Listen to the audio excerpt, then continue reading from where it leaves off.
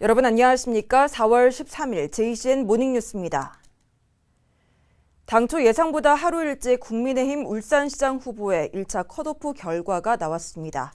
김두겸, 서범수, 이채익, 정가균 등 4명이 경선을 벌이게 됐는데요.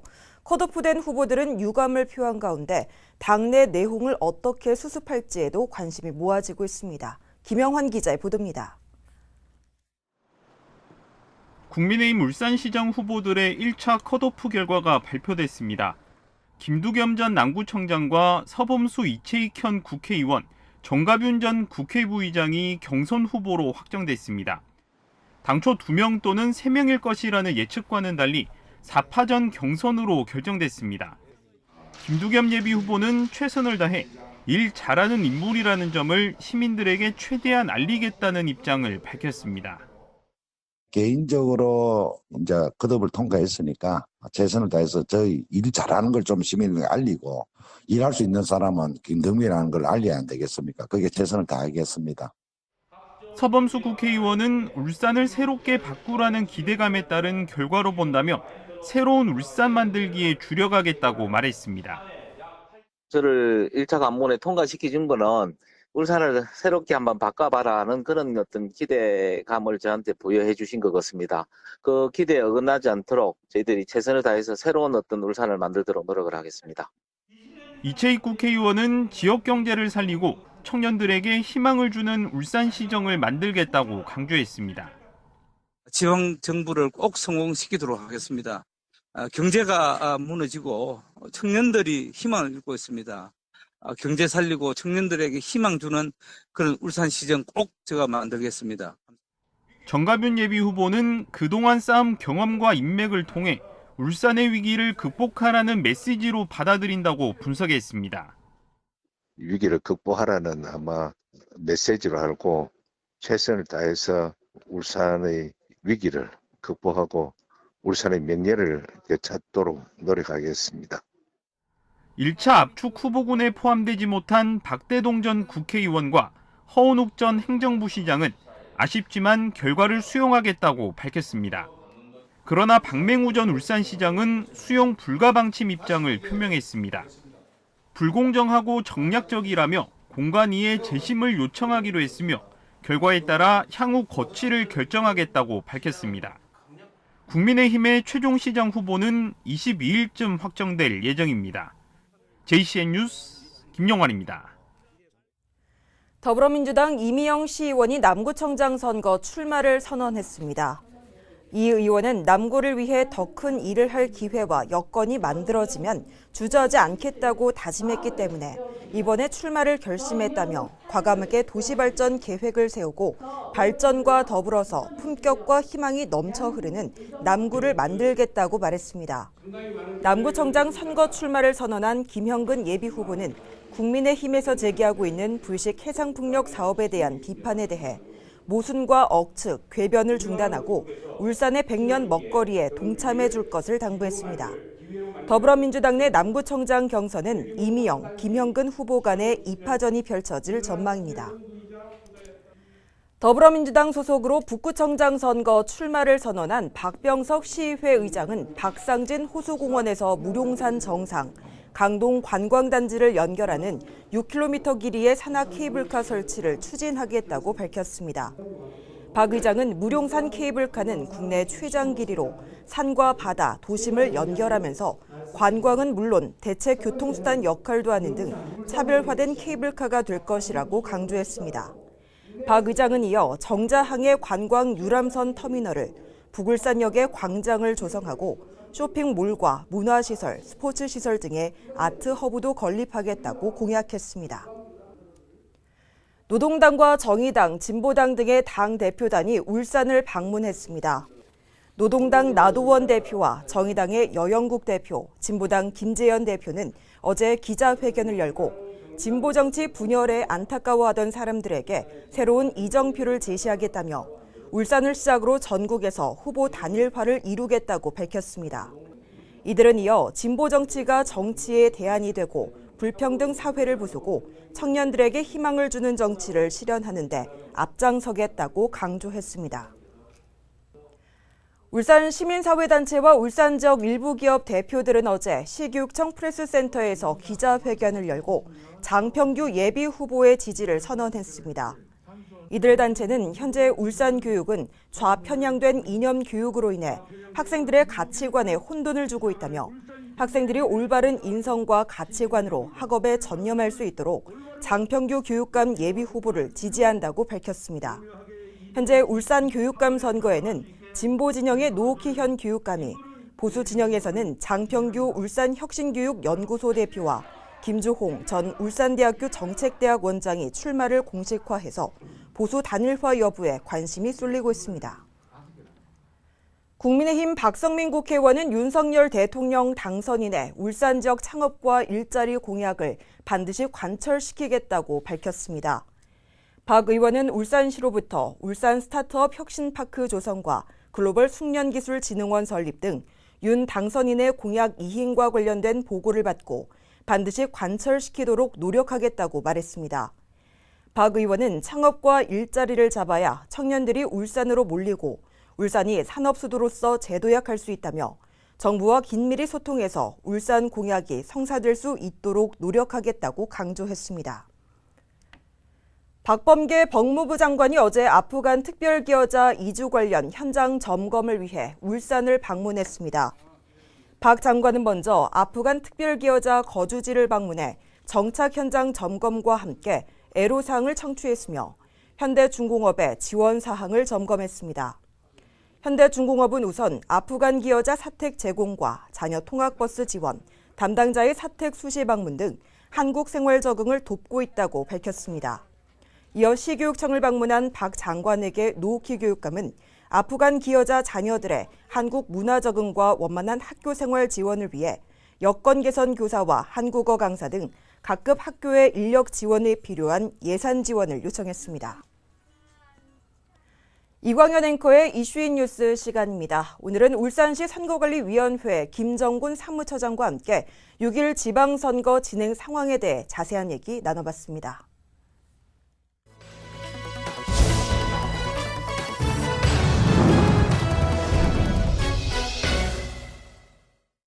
네, 6월 지방선거를 앞두고 있어서 울산시 선거관리위원회 김정군 사무처장에게 몇 가지 궁금한 거 물어보려고 합니다. 어서 오십시오.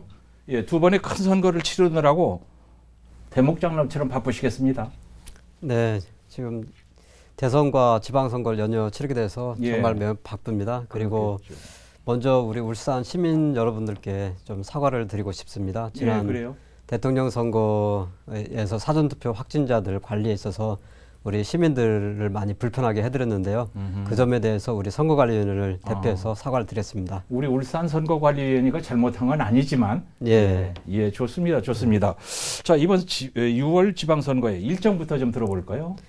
네, 선거일은 6월 1일이고요. 네. 그리고 사전투표일은 5월 27일과 28일 이틀입니다. 그리고 네. 후보자 등록 기간은 5월 12일과 13일 양일이고요. 그리고 선거운동 기간은 5월 19일에서 5월 31일까지 13일간입니다. 13일간. 이제 지금은 예비 후보자 등록을 받고 있는데 의원직을 사퇴하고 하는 사람도 있고 그냥 유지한 채 후보 등록을 하는 사람도 있고 어떻게 하는 게 맞습니까? 조금 혼동스럽습니다. 네, 공무원 등은 입후보를 하기 위해서는 선거일 전 90일까지 사직을 해야 됩니다. 예. 다만 지방자치단체 장과 의원이 당의 지방자치단체 의원이나 장 선거에 입후보하는 경우에는 그 직을 가지고 입후보가 할 수 있고요. 예. 그리고 국회의원이 지방자치단체 장애 선거에 입후보하는 경우에, 그리고 지방의원이 다른 지방자치단체 의원이나 장애 선거에 입후보하는 경우에는 예. 선거일 전 30일까지 사직을 해야 됩니다. 이제 뭐 후보자들에게 다 교육은 됐습니다만은 예비 후보자로 등록을 하면 선거 운동을 어디까지 할 수 있고 하면 안 되는 게 있고 그거 좀 말씀해 주세요.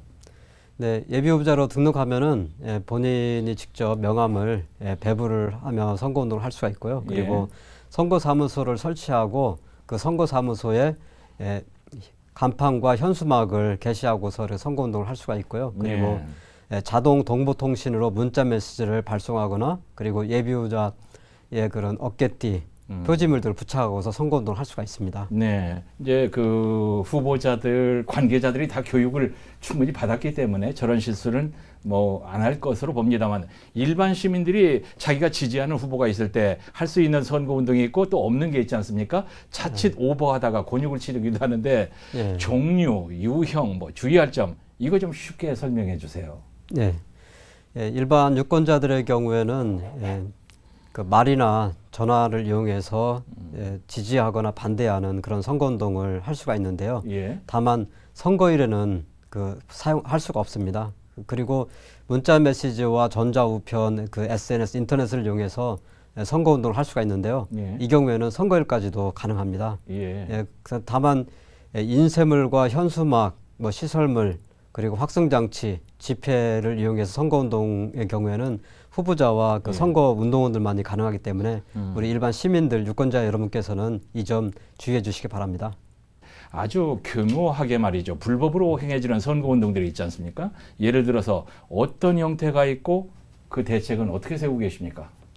네, 최근 코로나 상황이 장기화되면서요, 예비 후보자들이 주로 인터넷 비대면 선거운동에 치중을 하고 있습니다. 네. 그러다 보니까 인터넷과 유튜브, SNS 등의 온라인상에서 허위 사실을 유포하거나 비방하는 그런 행위들이 증가를 하고 있습니다. 그래서 우리 선거관리위원회에서는 사이버 공정선거 지원단을 확대해서 이를 철저하게 모니터링을 하고 있고요. 그리고 이런 선거법 그런 위반 행위에 대해서 우리가 철저하게 예방과 단속을 하기 위해서 신고한 사람에게는 최고 5억 원의 포상금을 5억 원의 포상금을 지급하고 있고요. 그리고 금품이나 음식물 등을 제공받은 경우에는 그 받은 금액의 최대 50배, 최고 3천만 원까지 과태료를 부과하고 있습니다. 그래서 우리 시민 여러분께서는 이런 점 유의해 주시고요. 이런 선거법 위반 행위를 발견하시게 되면은 반드시 1390으로 신고를 해주시기 바랍니다. 자, 선거권과 피선거권 연령 기준이 낮아졌어요. 몇 살로 내려갔습니까? 네, 선거권 연령의 경우에는 2020년에 만 19세에서 만 18세로 한 살을 낮추었고요. 그리고 그래서 이번 지방선거에서는 2004년 6월 2일생까지 투표를 할 수가 있습니다. 그리고 지방선거의 경우에는 다른 선거와 달리 외국인들도 선거권을 가집니다. 영주권을 취득하고서 3년이 경과하고 외국인 등록대장에 등록되어 있는 18세 이상의 외국인은 선거에 참여할 수가 있습니다. 그리고 피선거권 연령은 올해 1월에 개정이 돼서 국회의원 선거와 지방선거에서 18세부터 선거에 참여할 수가 있습니다. 그래서 이제 10대의 자치단체장이 나올 수 있는 그런 선거가 되겠습니다.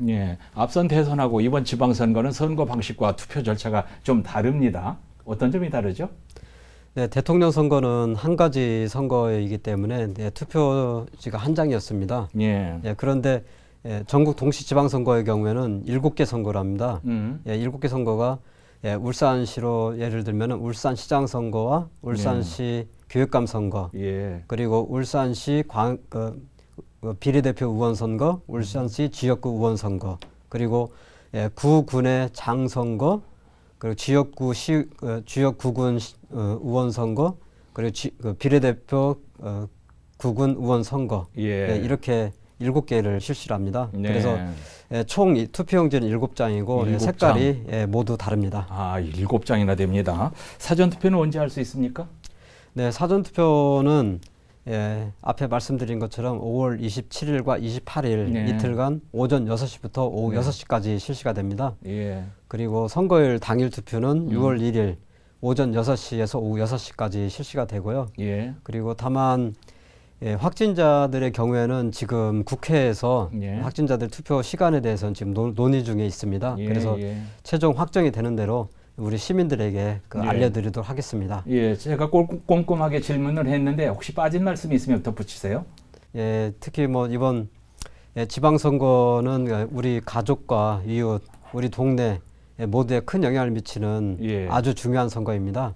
그래서 지방선거가 이제 얼마 남지 않았는데 지난 대통령 선거에 우리 시민들께서 보여주셨던 그런 참여와 관심들을 이번 전국 동시지방선거에서도 꼭 많이 보여주시고 참여해 주시길 부탁드립니다. 알겠습니다. 자, 6월 지방선거 앞두고 궁금한 얘기를 울산시 선거관리위원회 김정은 사무처장에게 자세히 들어봤습니다. 설명 감사합니다.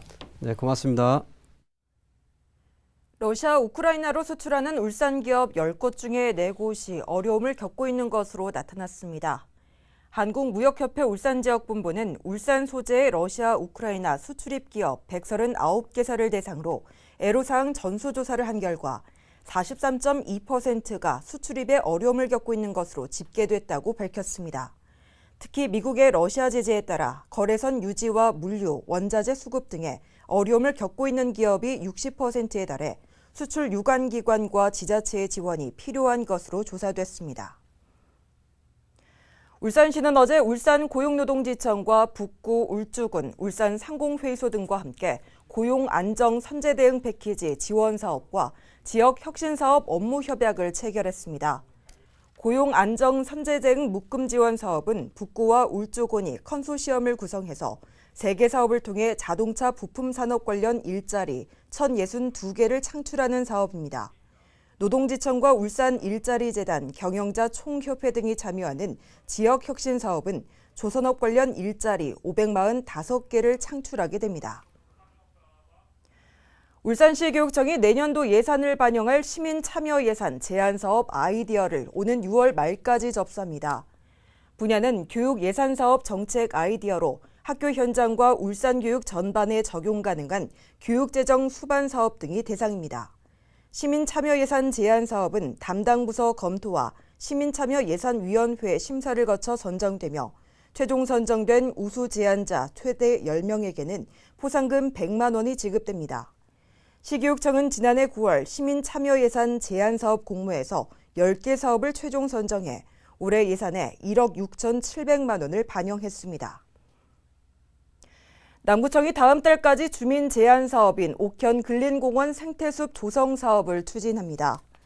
이번 사업은 어린이들이 안심하고 숲을 체험할 수 있는 활동과 휴게 공간이 부족하다는 이용자들의 의견을 반영해서 추진됩니다.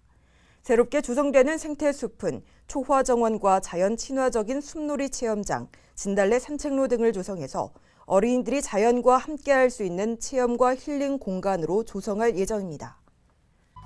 JCN 모닝뉴스를 마칩니다. 함께해 주신 여러분 고맙습니다.